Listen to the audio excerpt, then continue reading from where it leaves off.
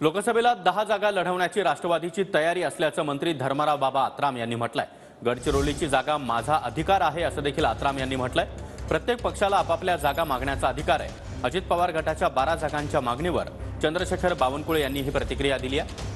शिंदे, फडणवीस आणि अजित पवार यांच्या बैठकीनंतर जागा वाटपावर निर्णय होईल असं देखील बावनकुळे यांनी म्हटलंय। लोकसभेची रणधुमाळी सुरू झालेली आहे। राष्ट्रवादीकडून किती जागांचा प्रस्ताव आहे, महायुतीकडे कशी बार्गेनिंग, कशी चर्चा सुरू आहे, सविस्तर सांगा।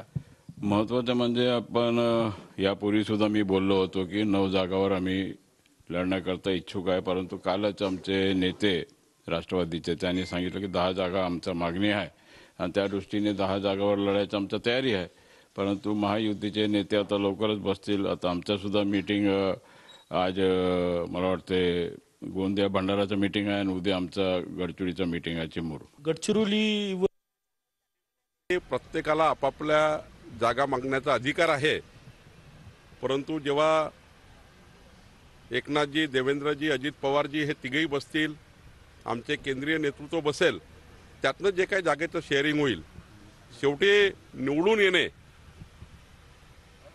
हा महत्त्वाचा निवडणुकीमध्ये विषय असतो आणि निवडून येण्याकरता काय काय बाबी कराव्या लागेल, कोणती सीट कोणी घ्यावी लागेल याकरता योग्य विचार होईल आणि त्यातून मग जे निर्णय होतील तसं पुढे जाऊ।